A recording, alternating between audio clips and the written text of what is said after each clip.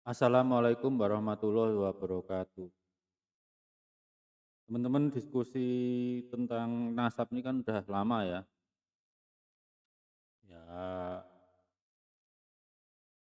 pemerintah merasa nggak perlu turun tangan untuk sepertinya sampai titik ini, turun tangan untuk membersihkan nasabnya keturunan Imam Ali ya, kan interestnya gitu ya.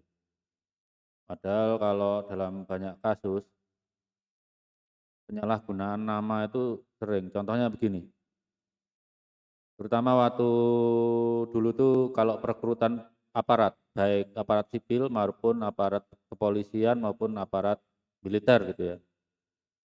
Kan banyak calo yang mengaku-ngaku keponakannya siapa atau anaknya siapa gitu. Akhirnya jadi perkara kriminal gitu.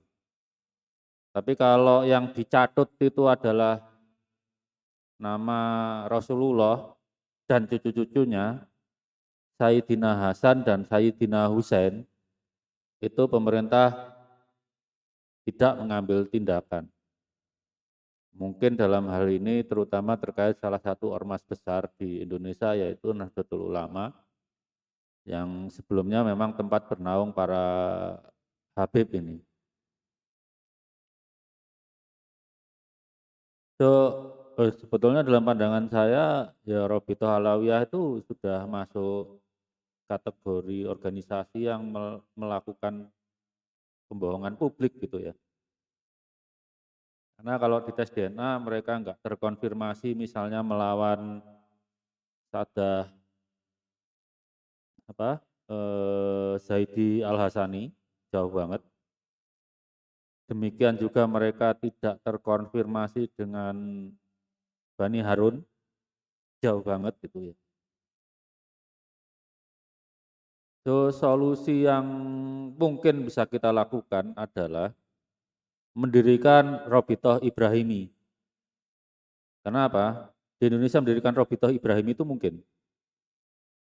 Beberapa keturunan Nabi Ismail saya temukan berada di Isama dari Yaman juga. Itu mereka bernaung ke Al-Irsyad. Saya belum bisa menyebut marganya apa aja. Sementara dari cabang Nabi Ishak itu ya seperti kalian tahu ya, kakak saya Dr. Ari Kaim itu.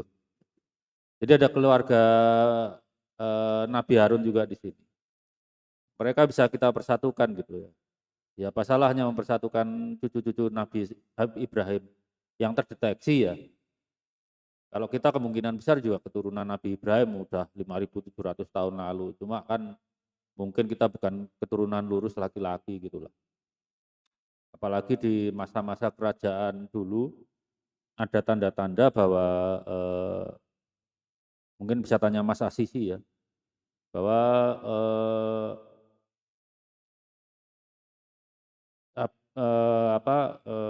diaspora Yahudi itu juga sampai ke sini gitu. Jadi kalau dari Al-Irsyad tertarik ide ini, mungkin kita bisa bahas lebih lanjut gitu ya.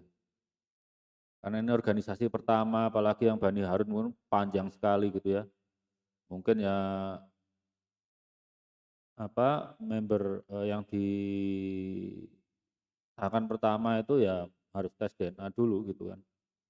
Tidak perlu setiap orang tes DNA, paling enggak mewakili eh, 3 generasi kanan kiri gitu ya, sampai sepupu sepupu kedua atau ketiga.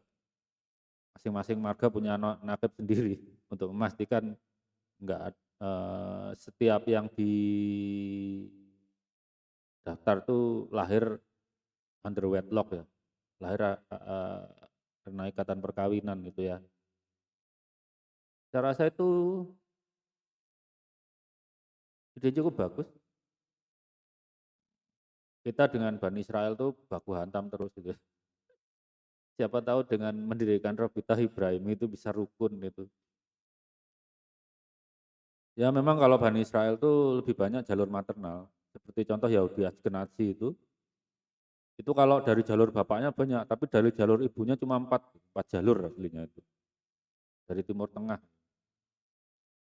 Jadi Dari anak-anak Nabi Yakub yang memelihara tradisi laki-laki walaupun akhirnya ya mengalami admixture, introduksi haplogrup baru, biasanya dari menantu ya, itu juga terjadi di mereka gitu.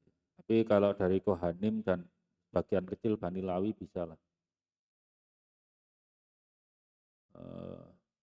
Itu saya rasa mungkin kalau di Al-Irsyad saya temukan minimal ada 2 marga yang keturunan Nabi Ismail.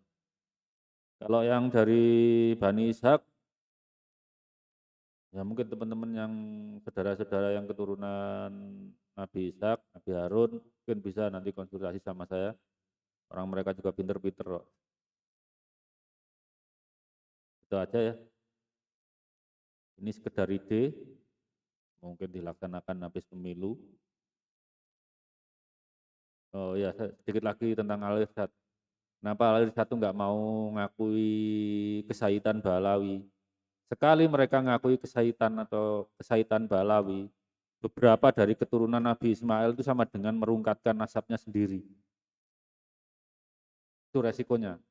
Kalau mengakui G keturunan Imam Ali, maka J pun batal jadi Bani Ibrahim.